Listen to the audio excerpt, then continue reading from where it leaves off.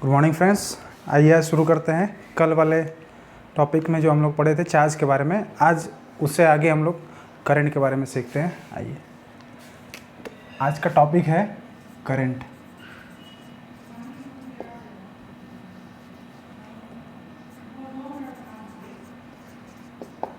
Current का मतलब होता है विद्युत धारा।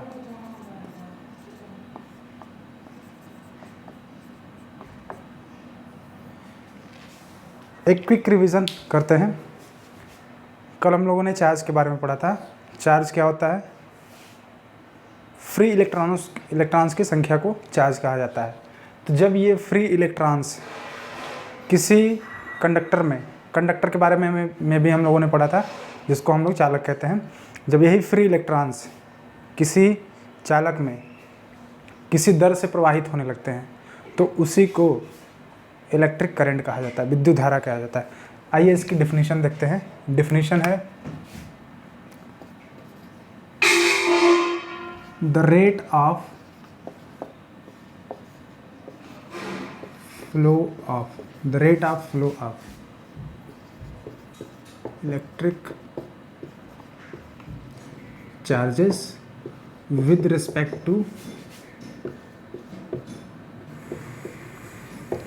Respect to time. समय के साथ, हिंदी में इसको लिख देते हैं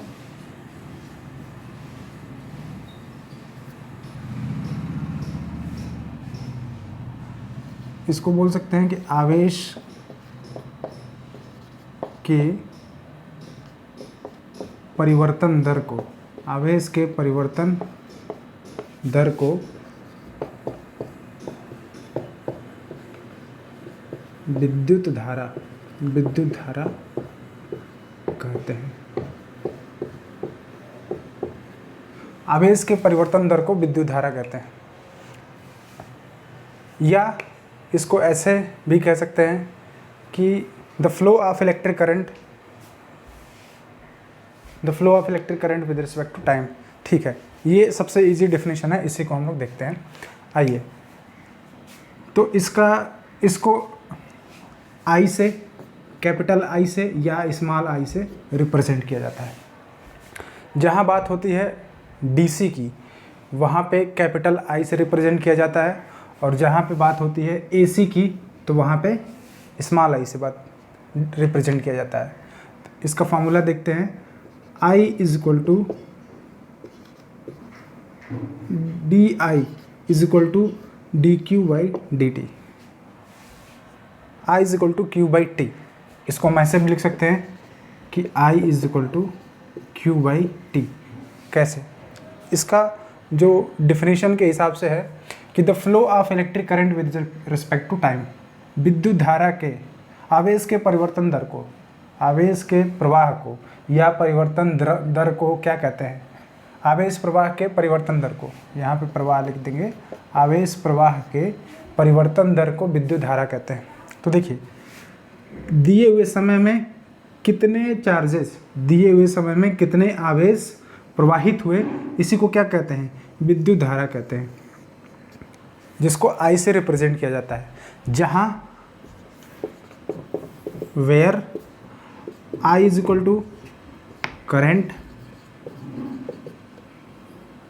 Q is equal to number of charges and T is equal to time. कौन सा टाइम? Given time. कितने समय में कितने चार्जेस प्रवाहित हुए। तो अब आइए इसकी यूनिट के बारे में बात करते हैं।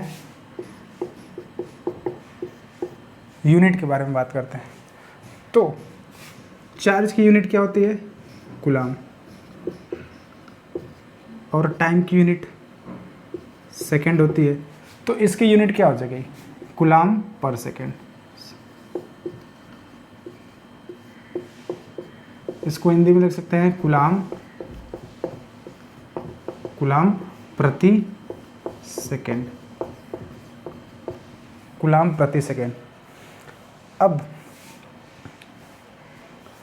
बहुत सारे ऐसे एक्सपेरिमेंट हैं जो साइंटिस्ट के नाम पे ही उनको फेमस करने के लिए, उनको सम्मानित करने के लिए उन्हीं के नाम पे उस एक्सपेरिमेंट का या उस एक्सपेरिमेंट से जो आउटकम निकल के आया उस आउटकम का नाम उनके नाम पे रख दिया गया। जिन्होंने नियम दिए उस नियम को भी उन्हीं के नाम पे दर्ज किया गया। तो आंद्रे मैरी एम्पियर, ये एक फिजिसिस्ट थे, आंद्रे मैरी एम्पियर।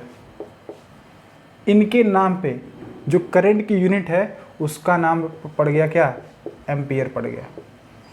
तो हम लोग नॉर्मली किसके नाम से जानते हैं, एम्पियर के नाम से जानते हैं। एम्पियर मतलब, अब यहाँ से हम कह सकते हैं कि 1 एम्पियर इज इक्वल टू क्या होगा। 1 एम्पियर मतलब 1 सेकंड में किसी चालक में Q नंबर ऑफ चार्जेस, अगर एक चार्ज 1 सेकंड में प्रवाहित होता है, इसी को क्या कहेंगे, 1 एम्पियर कहेंगे। एक यूनिट चार्ज किसी दिए हुए समय में किसी चालक में प्रवाहित होता है तो उसको 1 एम्पियर कहेंगे। तो 1 ampere is equal to coulomb प्रति सेकेंड। इसका यूनिट एम्पियर हो गया। अब आइए देखते हैं इसमें कुछ और चीज़ें देखते हैं।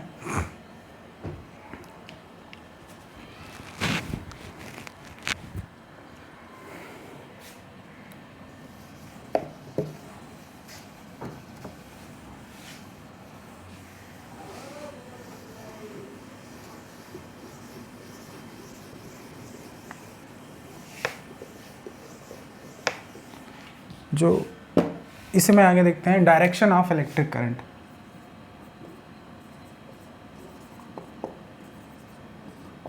डायरेक्शन ऑफ इलेक्ट्रिक करंट की डायरेक्शन कैसे डिटरमाइन की जाती है, कैसे निकाली जाती है इलेक्ट्रिक करंट की डायरेक्शन। तो सबसे पहले आइए इसके लिए हम लोग कुछ एक कॉन्सेप्ट सीख लेते हैं। कॉन्सेप्ट काफ़ी इम्पोर्टेंट है।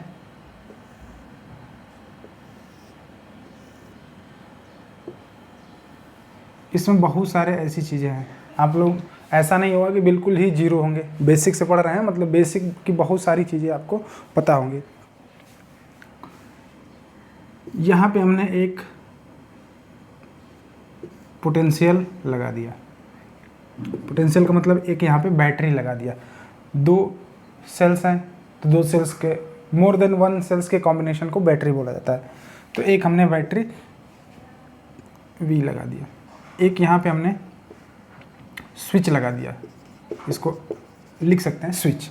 ये एक L लंबाई का एक चालक है, L लेंथ का एक कंडक्टर है। गिवन अगर इसकी बात करें तो here given L length of conductor is connected with conductors through a battery and a switch। अब इस L लेंथ के कंडक्टर में कुछ इलेक्ट्रॉन्स होंगे, चूंकि ये कंडक्टर है तो क्या होंगे, इसमें फ्री इलेक्ट्रॉन्स होंगे। तो फ्री इलेक्ट्रॉन्स इसमें मौजूद हैं।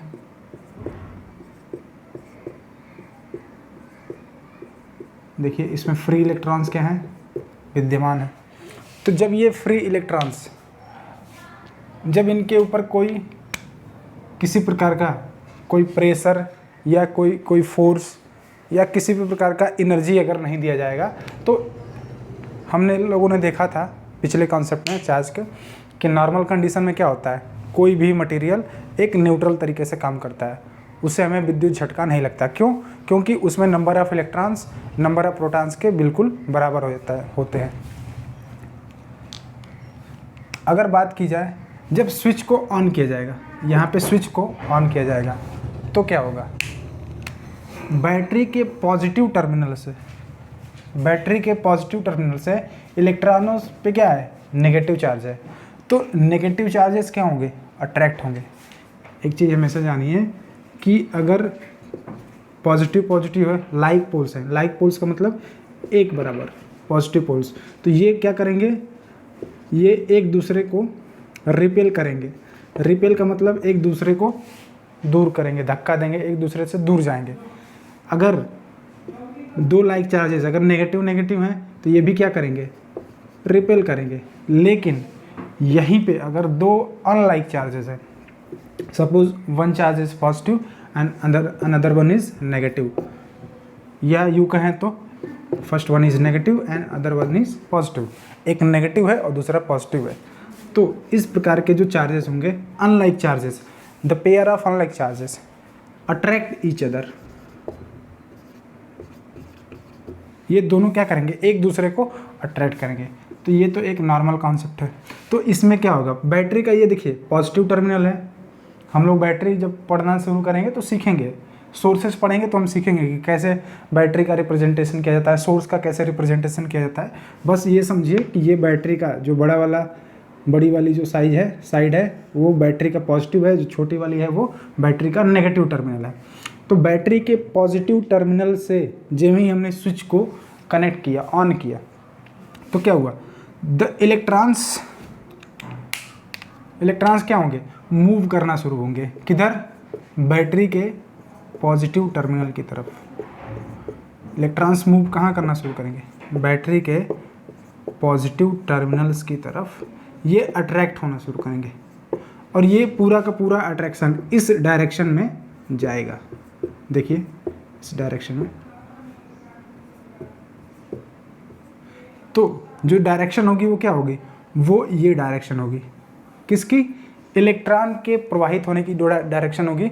इस पूरे सर्किट में, सर्किट सिस्टम में क्या होगा, इस पूरे परिपथ में इलेक्ट्रॉन्स के प्रवाहित होने का जो दिशा है वो क्या है, वो ये दिशा है, इस दिशा में प्रवाहित होती है। लेकिन हमें डायरेक्शन ऑफ करंट को देखना है। तो डायरेक्शन ऑफ करंट, जो कन्वेंशनल डायरेक्शन ऑफ करंट जो वर्ल्ड वाइड माना गया है, वो क्या माना गया है, opposite to the flow of electrons, opposite to the flow of electrons. यहाँ पे देख लेते हैं, conventional current, conventional current is conventional current flows always opposite to the flow of electrons। Conventional current क्या होती है, इलेक्ट्रॉन्स के फ्लो के बिल्कुल विपरीत प्रवाहित होती है, तो इसी को बोला जाता है कन्वेंशनल करंट। अब धारा की प्रवाह की दिशा क्या होगी, इस इलेक्ट्रॉन की दिशा प्रवाह दिशा के बिल्कुल विपरीत होगी। तो करंट किस डायरेक्शन में फ्लो होगा, प्रवाहित होगा, करंट इस डायरेक्शन में इसमें प्रवाहित होगा। तो ये तो कॉन्सेप्ट था कि डायरेक्शन ऑफ करंट एक सर्किट के अंदर एकदम अच्छे से समझे हमने कि कैसे प्रवाहित होता है इलेक्ट्रॉन के फ्लो के अपोजिट। अब आइए देखते हैं कि किसी कंडक्टर में किस प्रकार के करंट की पोलैरिटी कैसे चेंज होती है।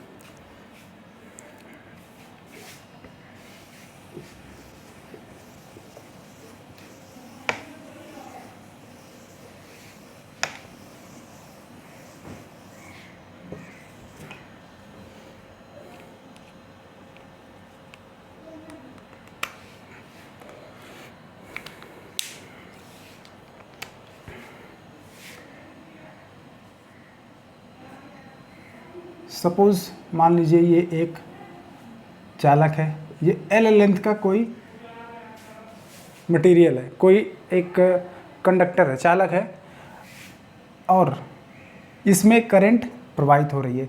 करंट का जो मान दिया गया है, हम लोग मान के हिसाब से देखेंगे, जब वोल्टेज के बारे में स्टडी करेंगे तो हम लोग देखेंगे करंट की डायरेक्शन वोल्टेज के हिसाब से कैसे प्रवाहित होती है। यहाँ पे पहले मान के हिसाब से, अगर इसका मान दिया है 5 एम्पियर, जैसे पॉइंट ए है, ये पॉइंट बी है।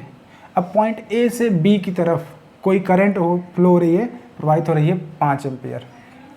तो देखिए करंट प्रवाहित जब होती है तो इसमें दिशा और इसका मान दिया होता है, दिशा और मान प्रवाहित हो रही है। ये एक क्या है, वेक्टर क्वांटिटी है। जब तक इसकी दिशा नहीं दिखाई जाएगी, मान और दिशा नहीं दिखाई जाएगी, तो हमें ये पता नहीं चलेगा कि करंट की डायरेक्शन क्या है, किस डायरेक्शन में फ्लो होती है। मान से भी हम लोग पता कर सकते हैं। अगर मान लीजिए कि इसकी दिशा इसने ये दिखाई है,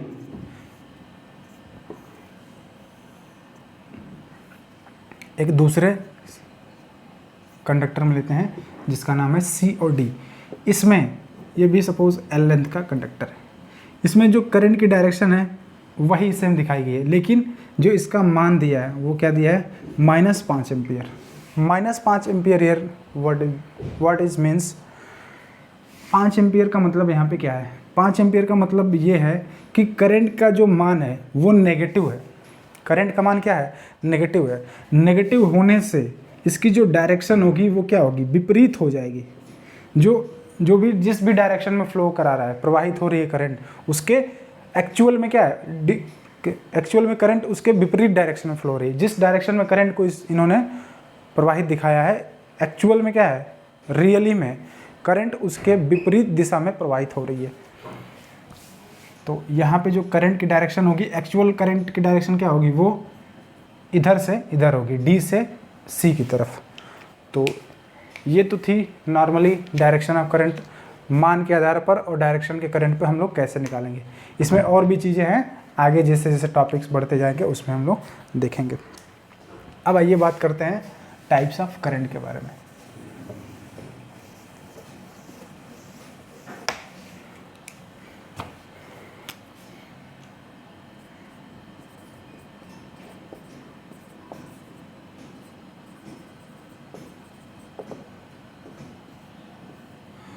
करंट विद्युत धारा के प्रकार।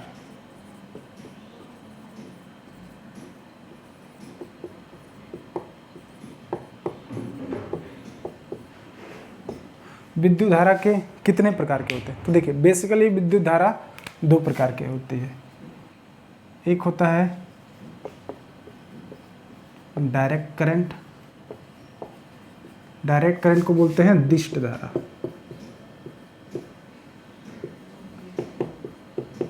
और दूसरा होता है अल्टरनेटिंग करंट,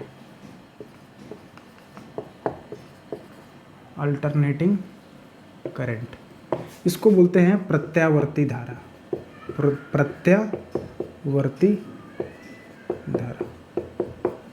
तो जो करंट होता है वो 2 प्रकार का होता है।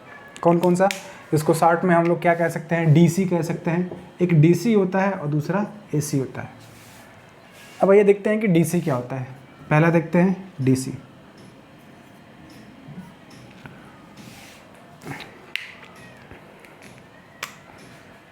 इसको हम लोग ग्राफ पे समझने की कोशिश करते हैं। डीसी क्या होता है, आइए सबसे पहले हम लोग डीसी के बारे में डिस्कस करते हैं। डीसी का मतलब होता है डायरेक्ट करंट। बहुत सारे स्टूडेंट्स ऐसे बोलते हैं कि डीसी करंट फ्लो हो रही है, तो डीसी का फुल फॉर्म ही है डायरेक्ट करंट। अब उसके बाद भी करंट जोड़ देते हैं, जो कि गलत होता है। तो हम लोग एक ही बार बोलेंगे कि या तो डायरेक्ट करंट दिश धारा प्रवाहित हो रही है या तो डीसी प्रवाहित हो रही है। तो डीसी क्या होता है, डीसी करंट का वह मान है जो समय के साथ परिवर्तित नहीं होता है, जिसका मान समय के साथ परिवर्तित नहीं होता है, या धारा का मान समय के साथ, जिस धारा का मान समय के साथ नियत रहता है, या जिस धारा का मान समय के साथ परिवर्तित नहीं होता है, उस धारा को हम लोग बोलते हैं डीसी करंट या दिष्ट धारा। तो देखिए हम लोग ग्राफ किसके बारे में बीच बीच में बना रहे हैं, आई और टी। इनके जो एक्सिस है, कभी भी ग्राफ बनाया जाता है तो एक्सिस डिफाइन करना काफ़ी ज़रूरी होता है। अगर एक्सिस डिफाइन नहीं करेंगे तो हमें पता नहीं चलेगा। सबसे पहले एक्सिस ही डिफाइन करना होता है। अगर एक्सिस डिफाइन नहीं करेंगे तो हमें पता नहीं चलेगा कि किन किन के बीच में आपने रिलेशन फाइंड आउट किया है।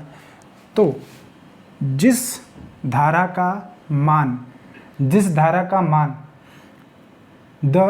इसको अगर इंग्लिश में देखा जाए तो magnitude of current is constant with respect to time, या the current whose magnitude and direction both are constant with respect to time is known as DC।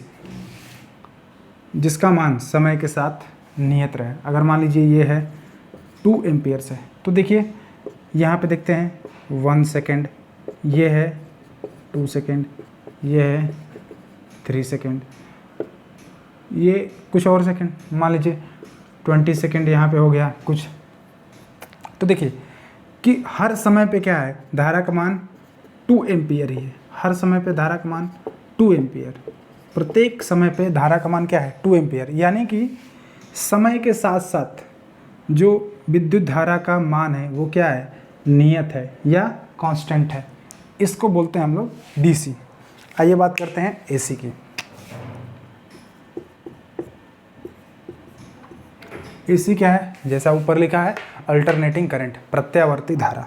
तो प्रत्यावर्ती का मतलब क्या होता है, अल्टरनेट, अल्टरनेट का मतलब प्रत्यावर्तन, एक के बाद एक।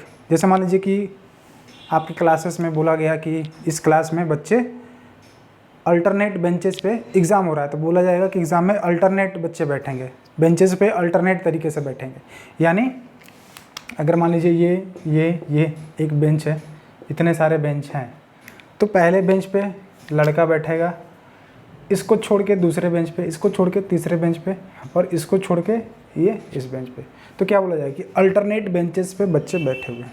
या सपोज़ यहाँ पे बॉय, यहाँ पे गर्ल, यहाँ पे बॉय, यहाँ पे गर्ल, ये बॉय, ये गर्ल, बॉय। तो बोला जाए कि बॉयज़ और गर्ल अल्टरनेट तरीके से बैठे हुए हैं, एक को छोड़ छोड़ के।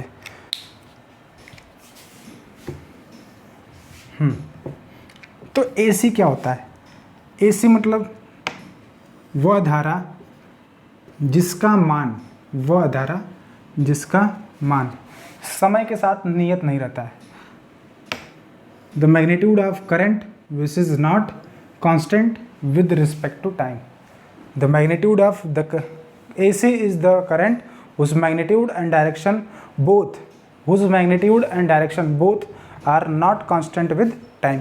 समय के साथ देखिए, समय के साथ जिसका मान और समय नियत नहीं रहता है। सपोज ये 1 सेकेंड है, ये 2 सेकेंड है, ये 3 सेकेंड है, ये 4 सेकेंड, ये 5 सेकेंड, ये 6 सेकेंड, ये 7 सेकेंड, ऐसे समय डिवाइड है।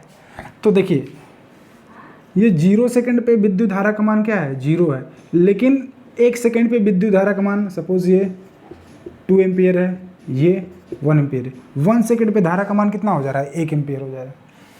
फिर 2 सेकेंड पे धारा का मान 2 एम्पियर, लेकिन डायरेक्शन क्या हो जा रही है, इधर की तरफ हो जा रही है। इसी तरह 3 सेकेंड पे धारा का मान 0, 4 सेकेंड पे नेगेटिव में, 5 सेकेंड पे नेगेटिव में भी काफ़ी ज़्यादा, 6 सेकेंड में नेगेटिव में, 7 सेकेंड पे फिर पॉजिटिव में आ जा रही है। इस तरीके से धारा का मान क्या हो रहा है, समय के साथ परिवर्तित हो रहा है। तो इस प्रकार की धारा को क्या बोलते हैं, अल्टरनेटिंग करंट, या इसको बोल सकते हैं एसी। आशा करता हूँ आप सभी को समझ में आया होगा। अब हम लोग देखेंगे एसी के बाद वोल्टेज के बारे में। वोल्टेज क्या होता है,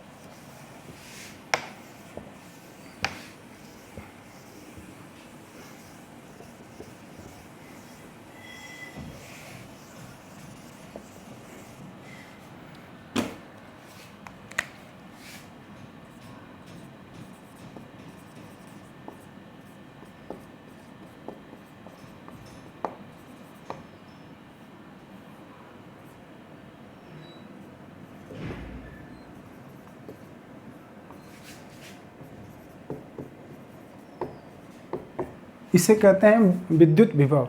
इसको स्मॉल v या कैपिटल V से रिप्रेजेंट किया जाता है। इसको किससे रिप्रेजेंट किया जाता है, स्मॉल v या कैपिटल V से रिप्रेजेंट किया जाता है।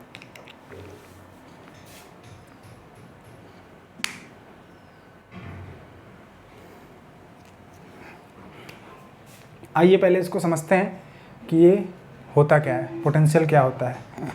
पोटेंशियल देखिए यहाँ से समझते हैं।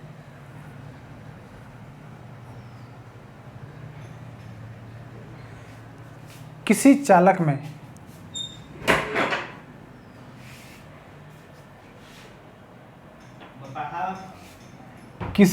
में इलेक्ट्रॉन अपने आप नहीं प्रवाहित होते हैं। इलेक्ट्रॉन क्या होते हैं, अपने आप प्रवाहित नहीं होते हैं। उनको प्रवाहित कराने के लिए एक ऊर्जा या एक वर्क कार्य कराया जाता है। इनको प्रवाहित कराने के लिए क्या होता है, ऊर्जा या कार्य करने की ज़रूरत पड़ती है। तो उसी ऊर्जा या कार्य करने को क्या बोला जाता है? विद्युत विभव बोला जाता है। अगर बात की जाए इसकी डिफिनेशन की, एक बार इसको फिर से समझिए कि किसी भी चालक में या किसी भी एक माध्यम में इलेक्ट्रॉन को प्रवाहित कराने के लिए एक किसी वर्क डन की या एक ऊर्जा की आवश्यकता होती है। उसी वर्क डन को, उसी किए गए कार्य को क्या बोला जाता है? पोटेंशियल, इलेक्ट्रिक पोटेंशियल बोला जाता है। तो सबसे पहले आइए इसकी डेफिनेशन देखते हैं। Definition, the work done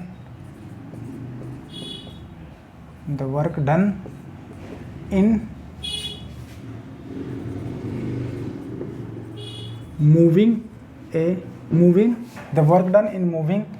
an electron, या आप बोल देंगे कि work done in moving a unit charge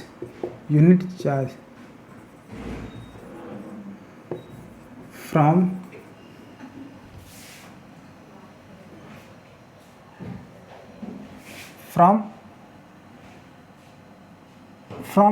ए, ऐसे कर सकते हैं, फ्रॉम इन्फिनिटी आप बोल सकते हैं।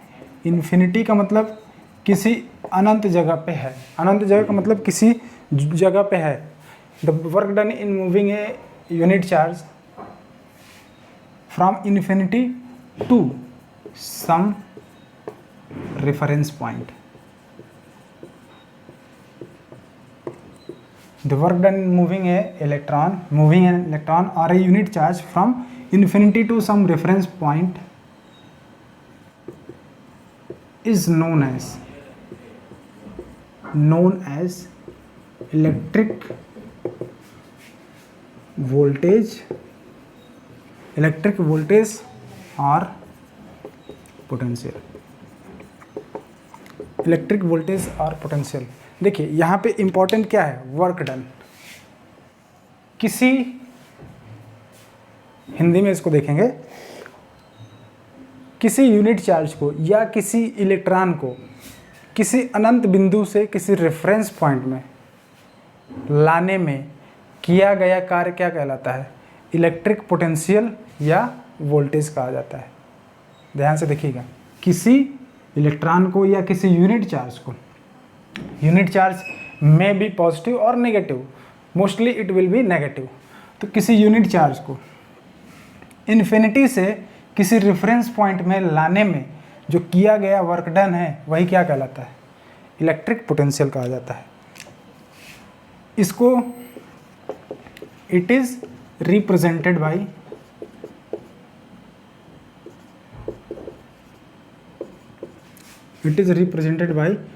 स्मॉल वी या कैपिटल वी, जैसा कि ऊपर हम लोगों ने देखा है। स्मॉल वी से और कैपिटल वी से इसको रिप्रेजेंट किया जाता है। तो इसका फॉर्मूला क्या हो गया? V is equal to dW/dQ। V is equal to क्या हो जाएगा? dW/dQ। कैसे? किसी, या आप इसको ऐसे लिख सकते हैं, V is equal to W/Q, जहाँ वेयर क्या है? Where V is equal to electric potential, V is equal to electric potential, W is equal to, W is work done and Q is the charge. जहाँ पे क्या है? W work done है, Q charge है और V क्या है? Electric potential या इलेक्ट्रिक वोल्टेज। तो किसी चार्ज को किसी अनंत बिंदु से किसी रेफरेंस पॉइंट में किया गया कार्य ही क्या कहलाता है? इलेक्ट्रिक पोटेंशियल कहलाता है। अब इसकी बात की जाए यूनिट की, इसकी यूनिट की बात की जाए तो इसका यूनिट, वर्क डन का यूनिट क्या होता है? बताइए। वर्क डन का यूनिट होता है जूल, और एनर्जी की यूनिट भी जूल होती है, और वर्क डन का भी यूनिट क्या होता है? जूल होता है। तो joule into charge, sorry, joule और क्यू की यूनिट क्या हो गई? चार्ज। तो जूल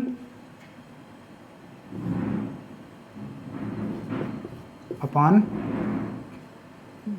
चार्ज की यूनिट क्या हो गई? कूलाम। सॉरी, चार्ज की यूनिट क्या हो गई? कूलाम। तो जूल पर coulomb is the unit of electric potential. अब इसकी भी यूनिट को एक साइंटिस्ट वोल्टा के नाम पे इनके यूनिट को वोल्ट नाम दिया जाता है। क्या नाम दिया जाता है? वोल्ट। अब ये जो वोल्ट होता है ये कई रूप में होता है, वोल्ट, उसके बाद किलो वोल्ट। वोल्ट का मतलब सपोज 1 के बारे में बात करें, किलो वोल्ट का मतलब हो गया 100 वोल्ट्स। यही अगर इसको बोला जाएगा कि 1000 वोल्ट। उसके बाद मेगा वोल्ट 10 की पावर 6 वोल्ट। इसी तरह गीगा वोल्ट बहुत सारे आते हैं। तो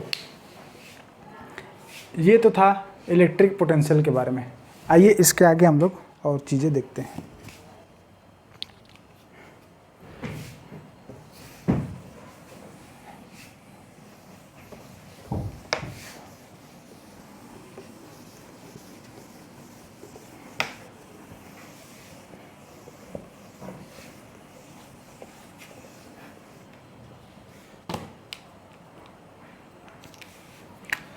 अब आइए देखते हैं कि रेफरेंस पोलैरिटी क्या है। Reference polarity of voltage.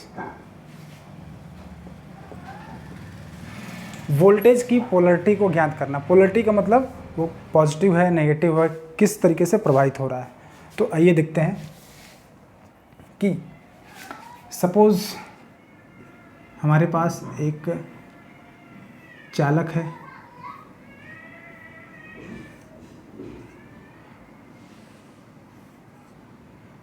ये वोल्टेज ये ए पॉइंट है और ये बी पॉइंट है। यहाँ पे एक पोटेंशियल डेवलप हो रहा है जिसको बोल रहे हैं वी ए बी। अब यहाँ पे देखिए लिखा है कि वी ए बी, तो वी ए बी का मतलब क्या हो गया? वी ए बी का मतलब क्या हो गया? वी ए बी का मतलब ये हो गया कि प्रीफिक्स में, ये देखिए सफिक्स में, इसके सफिक्स में जो चीज़ें, ये हो गया सफिक्स, नीचे अगर लिखा जाता है सफिक्स, ऊपर बोला है प्रीफिक्स। तो सफिक्स में जो इसके ए और बी लिखा है, इसका मतलब क्या है? जो ए है, ए क्या है? हायर पोटेंशियल पे है, हायर पोटेंशियल पे है। ए क्या है? हायर पोटेंशियल पे। और बी क्या है? लोअर पोटेंशियल पे है। इसका मतलब क्या है? V A B. V A B का मतलब ए हायर पोटेंशियल पे, जो पॉइंट ए है वो क्या है? हायर पोटेंशियल पे, और जो पॉइंट बी है वो क्या है? लोअर पोटेंशियल पे। तो इसको हम लोग क्या लिख सकते हैं? V A minus V B. अब V A minus V B, इसी को क्या बोलते हैं? पोटेंशियल डिफरेंस बोलते हैं। इसी को क्या बोलते हैं? Potential difference. अब आइए यहाँ पे हम लोग देखते हैं, इसमें आगे भी देखेंगे। अब पोटेंशियल डिफरेंस किसको कहते हैं?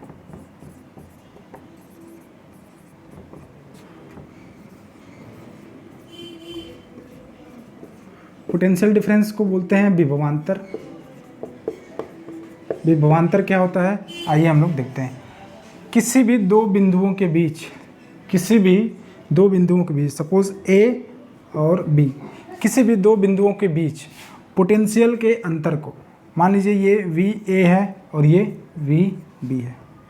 किसी भी दो बिंदुओं के बीच विभव के अंतर को ही क्या बोलते हैं? विभवांतर बोलते हैं। तो इसको अगर आप डिफिनीशन इसके लिखना चाहें तो लिख सकते हैं, दो बिंदुओं के मध्य दो बिंदुओं के मध्य विभव के अंतर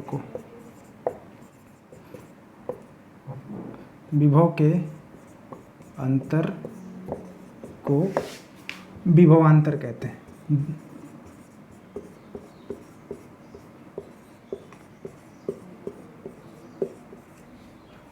दो बिंदुओं के मध्य विभव के अंतर को क्या कहते हैं? विभवांतर। या इसको आप इंग्लिश में अगर लिखना चाहें तो लिख सकते हैं कि the difference of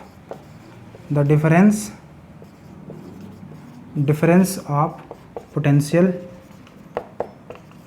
between two points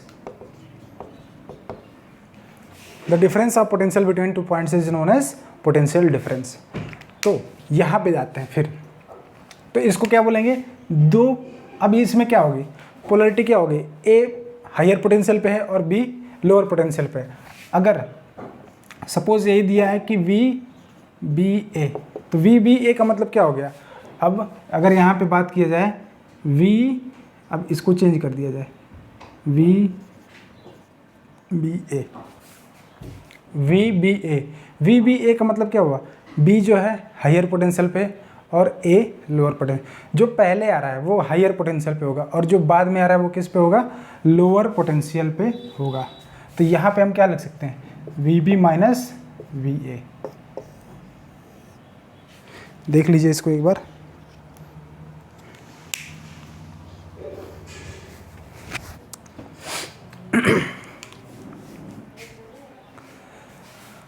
उम्मीद करता हूँ आपको समझ में आएगा। कुछ फैक्ट्स देख लेते हैं।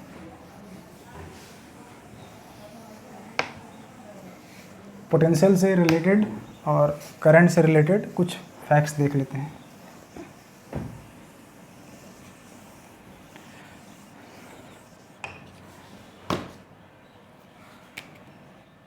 देखिए फैक्ट्स, यहाँ पे लिख सकते हैं फैक्ट्स, कुछ मुख्य तथ्य हैं, इनके बारे में आइए हम लोग देखते हैं। मुख्य तथ्य क्या है कि कोई भी पोटेंशियल, कोई भी वोल्टेज या पोटेंशियल किसी भी एक बिंदु पे विद्यमान नहीं होता है। इसका पोटेंशियल हमेशा हम किसी रेफरेंस बिंदु के माध्यम से निकालते हैं। देखिए फैक्ट क्या है कि फैक्ट ये है कि कोई भी पोटेंशियल, इसको लिख लीजिएगा अपनी कॉपी में लिखिएगा, कोई भी पोटेंशियल या कोई भी वोल्टेज किसी एक बिंदु पर अस्थायी नहीं होता है, एक बिंदु पर विद्यमान नहीं होता है, हमेशा किसी दूसरे बिंदु की सहायता से उसका मान निकाला जाता है। हमेशा किसी दूसरे बिंदु के माध्यम से, किसी दूसरे बिंदु के तुलना से उसका मान निकाला जाता है। तो ये तो पहला फैक्ट था। अब इसमें दूसरा फैक्ट देखिए, ये पहला फैक्ट था, ये ए है और बी, यहाँ पे लिख सकते हैं, तो इसको वी ए और ये बी बी। इसमें क्या था कि कोई भी पोटेंशियल एक बिंदु पर विद्यमान नहीं होता, हमेशा किसी अदर बिंदु के, किसी दूसरे बिंदु के सापेक्ष इसकी तुलना में होता है। अब आइए देखते हैं, ध्यान दीजिएगा कि जब बात आएगी करंट की, तो current always flows through the circuit.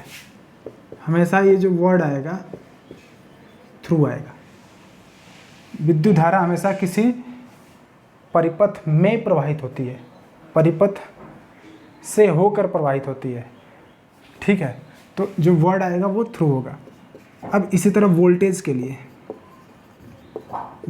लिए जो टर्म आएगा वो आएगा across, potential difference across 2 points, या ये भी आ सकता है कि बिटवीन आ सकता है, एक और टर्म आ सकता है between, potential difference between 2 points या potential difference across 2 points.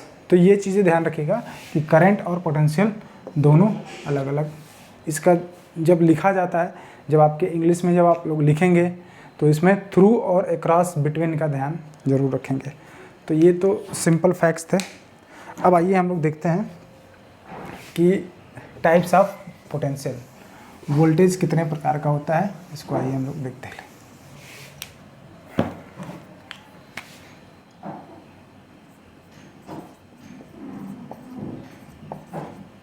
Types of potential या वोल्टेज, टाइप्स ऑफ पोटेंशियल या वोल्टेज। तो देखिए बेसिकली 2 प्रकार का पोटेंशियल होता है। एक जैसा करंट में होता था डीसी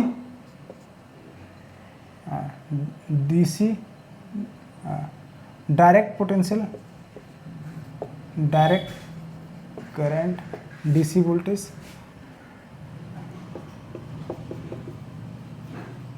और दूसरा होता है एसी वोल्टेज। डीसी वोल्टेज और एसी वोल्टेज क्या होता है?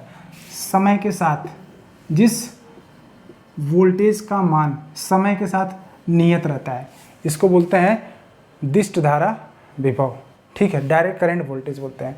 और जिस वोल्टेज का मान समय के साथ परिवर्तित होता रहता है, इसको बोलते हैं क्या? अल्टरनेटिंग वोल्टेज, ठीक है। प्रत्यावर्ती विद्युत, प्रत्यावर्ती विभव। तो आज के लिए इतना ही। उम्मीद करता हूँ आपको समझ में आया होगा।